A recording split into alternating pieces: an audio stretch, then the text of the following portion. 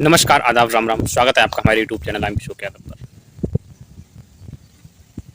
कहा जाता है कि जब अपनों की लड़ाई में, पारिवारिक संबंधों की खटास में,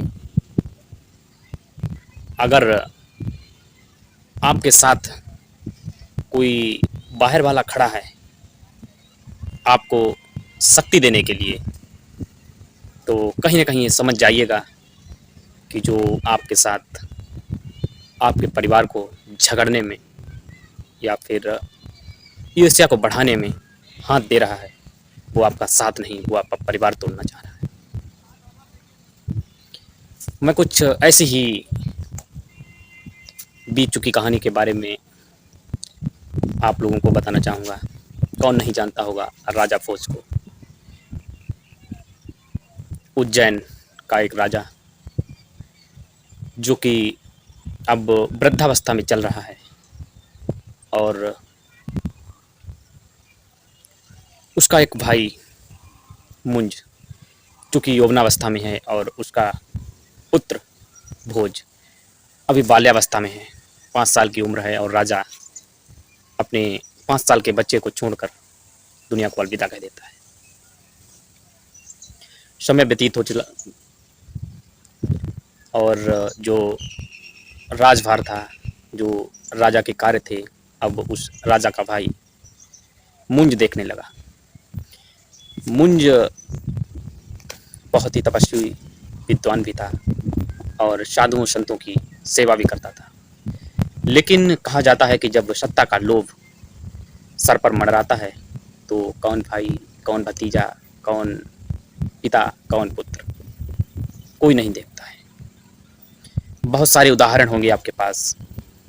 आपने तमाम ऐसे लोग देखे होंगे जो सिर्फ सत्ता पाना चाहते हैं, उन्हें रिश्ते से कोई संबंध नहीं है। बस कुछ यूं ही हुआ और 9 वर्ष जब मुंज राज दरबार को चलाते रहते हैं, प्रजा तक खुश चल रही थी। लेकिन एक दिन उनकी जो सभा में एक जो वजीर होता है सलाह देता है कि मुंज, अब भोज बड़ा हो चला है और राज्य है वो भोज ले जाएगा और आप जो है सत्ता से अलग हो जाएंगे, आप भिखारी हो जाएंगे। मुंज को कहीं ना कहीं सत्ता का लोभ जो है दिखाई देता है और उस वजीर की बातें जो हैं उसके दिमाग में घुस जाती हैं। कहीं ना कहीं उस वजीर के कहने पर मुंज अपने भतीजे भोज को मारने की योजना बनाता है और एक विश्वसनीय सेनापति को आदेश देता है कि भोज को कहीं दूर जंगल में ले जाकर मार दिया जाए और जिस तलवार से उसका सर कलम किया जाए उस वो खून से लथपथ तलवार मेरे सामने लाई जाए। बस कुछ यूं ही हुआ। सेनापति जो कि भोज अभी मात्र 14 से 15 साल का था को लेकर एक जंगल में जाता है और जाने के बाद सेनापति भोज से कहता है कि भोज, ये जो तलवार है वो आपके पिता ने मुझे, जब मैं सेना में भर्ती हुआ था, आपके पिता की सेना में मैं रहा था, तो आपके पिता ने मुझे तलवार भेंट की थी और समय ऐसा आ गया है कि अब इसी तलवार से मैं एक ऐसा काम करने जा रहा हूँ जो जिसके लिए मुझे आप क्या, पूरा विश्व, आने वाली संतानें जो है मुझे माफ़ नहीं कर पाएंगी। भोज कहता है कि क्या बात है, मुझे भी बताओ। तब सेनापति सारा वृत्तांत जो है भोज को बताता है। भोज हंसता है और कहता है, मुझे वैसे भी राजपाट नहीं चाहिए, मैं सन्यासी बनना चाहता हूँ। अगर चाचा ने ऐसा कहा है तो आप, राजा का एक आदेश है उसका आप पालन करिए, मैं मरने के लिए तैयार हूँ। सेनापति कहता है कि नहीं, आप सन्यासी बनना चाहते हैं, इस पहाड़ी के पीछे मेरी बहन रहती है, क्यों ना आप वहाँ पर ठहर जाइए और मैं एक जो आखिट किया है, जिस जानवर का मैंने शिकार किया है, मैं इसी जानवर के खून से लथपथ तलवार राजा को दिखा दूंगा और राजा को भी यकीन हो जाएगा, उसे मुझ पर विश्वास है कि आपने भोज को मार दिया होगा। कहीं ना कहीं राजा का भी काम हो जाएगा और आपका भी जो सन्यासी बनने का मकसद है वो पूरा हो जाएगा। बात इस कदर दोनों में सटीक बैठती है और कुछ ऐसा ही होता है जब सेनापति खून से लथपथ तलवार को लेकर मुंज के पास पहुंचता है तो मुंज तलवार को देखता है और भोज ने जो है मरने से पहले अपने चाचा के लिए एक श्लोक लिखा था।